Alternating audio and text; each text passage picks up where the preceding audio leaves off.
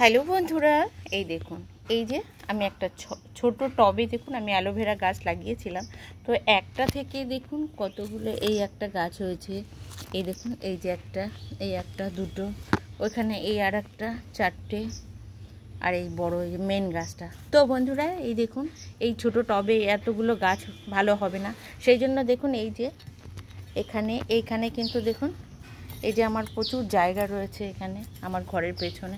তো আমি সেইখানেই কিন্তু বন্ধুরা আমি এই অ্যালোভেরা গাছগুলো আমি এবার বসিয়ে দেব।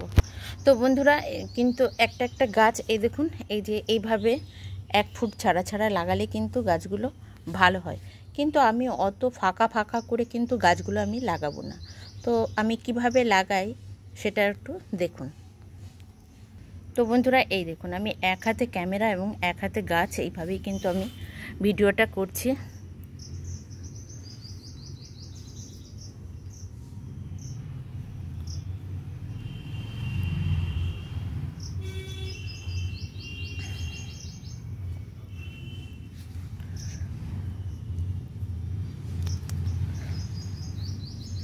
তো বন্ধুরা এই দেখুন, আমি কিন্তু একটা চারা গাছ বসিয়ে দিয়েছি।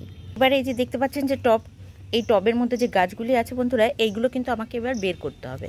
তো আস্তে আস্তে করে আমাকে এই দেখুন আমি টবটা থেকে বের করে নিয়েছি। এই যে এবার ধীরে ধীরে আমাকে একটা একটা গাছ এখান থেকে ছাড়িয়ে নিতে হবে। আর এই দেখুন পড়ে গিয়ে এমনি ছেড়ে গেল। তো এই দেখুন এই যে গাছগুলো, এই গাছগুলি কিন্তু আমি এবার বসিয়ে দেব। একে একে সব গাছগুলো আমি বসিয়ে দেব। তো বন্ধুরা একটা গাছ তো আমি বসিয়ে ফেলেছি। তো দেখুন আমি আর একটা গাছ বসাচ্ছি।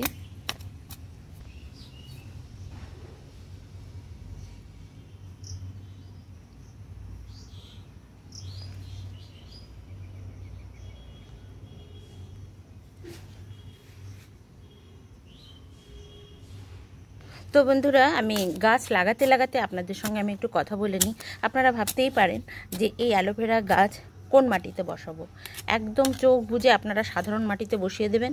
একটু গোবর মিশ্রিত সার হলে, সব সার মিশিয়ে করলে সেটা বন্ধুরা একটু ভালো হয়। তো আপনারা এইভাবে সাধারণ মাটিতে আগে বসিয়ে দেবেন, পরে গোবর সার দিতে পারেন, অথবা আপনারা গোবর সার একটু হালকা করে 1 মুঠো দিয়ে মাটিতে এই গাছগুলো বসিয়ে দিতে পারেন। আর আমার এখানে মাটিতে সার আগেই ছিল, গোবর সার, সেই জন্য কিন্তু আমি মাটিতে আর সার মেশাইনি।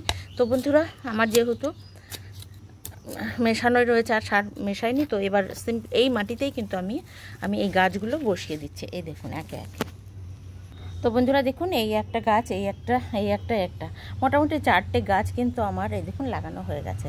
তো একদম ঘন ঘন কিন্তু আপনারা লাগাবেন না, যেহেতু এর গোড়া দিয়ে কিন্তু প্রচুর চারা গাছ বেরিয়ে আসবে। তো তার জন্য একটু জায়গা অবশ্যই রাখতে হবে। সেই জন্য আমি কিন্তু বন্ধুরা সেই মতো কিন্তু আমি জায়গাও রেখে দিয়েছি। তো গাছ লাগানোর সময় মাথায় খেয়াল করতে হবে যে আমি তাদের জন্য একটু একটু ফাঁকা ফাঁকা জায়গা রাখলে সেই ছোটো ছোটো চারা গাছগুলো সেখান দিয়ে বেড়ে উঠবে। তো বন্ধুরা এই যে আমি লাগিয়েছি, আরও লাগাচ্ছি, দেখুন এই যে আরও আছে, এইগুলো কিন্তু আমি লাগিয়ে দিচ্ছি, দেখতে থাকুন। তো বন্ধুরা এই দেখুন আমি সমস্তটা কিন্তু লাগিয়ে ফেলেছি। এই যে দেখুন কতগুলো অ্যালোভেরা গাছ আমি এখানে বসিয়ে দিয়েছি বন্ধুরা। তো এখানেও দেখুন আমি এখানে একটা গর্ত করে নিয়েছি। এই যে বড় অ্যালোভেরা গাছটি আছে, এটা কিন্তু আমি এখানে দিয়ে দেবো। এখানে এক হাতে ক্যামেরা তো প্রবলেম হচ্ছে, একটু দাঁড়ান একটু লাগিয়ে ফিরে আসছি। তো বন্ধুরা দেখুন এই যে আমি বড় অ্যালোভেরা গাছটি বসিয়ে দিয়েছি। তো বন্ধুরা আমাদের কিন্তু বর্তমানে আমরা দেখতে পাচ্ছি যে অ্যালোভেরা থেকে কিন্তু প্রসাধনী তৈরি হচ্ছে। এই জুস খেলে পরে নানা রকম রোগব্যাধি থেকে মুক্তি পাওয়া যাচ্ছে। সাধারণত আমাদের লিভার প্রবলেমটা সারাচ্ছে এই অ্যালোভেরা জুস থেকে। তো অ্যালোভেরা জুসের মধ্যে কিন্তু প্রায় 75টি ইনগ্রিডিয়েন্ট আছে, যেটা কিনা আমাদের শরীরের জন্য ভীষণ উপকার। তো আমরা অতটা হয়তো বা আমরা জানবো না, ডাক্তার নয়, তবে যতটুকু জানি অ্যালোভেরা কিন্তু আমাদের শরীরের জুসটা আমাদের শরীরের জন্য ভীষণই উপকার।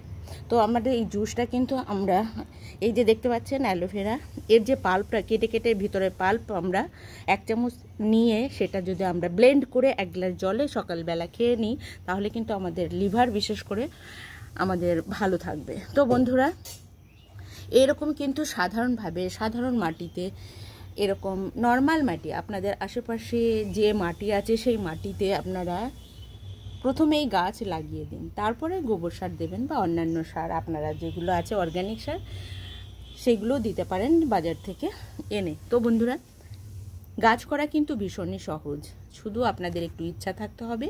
ইচ্ছা থাকলেই কিন্তু আপনারা এই যে এগুলো ভেষজ গাছ, এই অ্যালোভেরা, এটা কিন্তু আপনারা সহজেই বাড়িতে তৈরি করতে পারবেন এবং আপনাদের বিভিন্ন কাজে ব্যবহার করতে পারবেন দৈনন্দিন জীবনে। তো বন্ধুরা, আপনারা ভালো থাকবেন, সুস্থ থাকবেন, এই বলেই কিন্তু আজকের আমি ভিডিওটি এখানে শেষ করছি।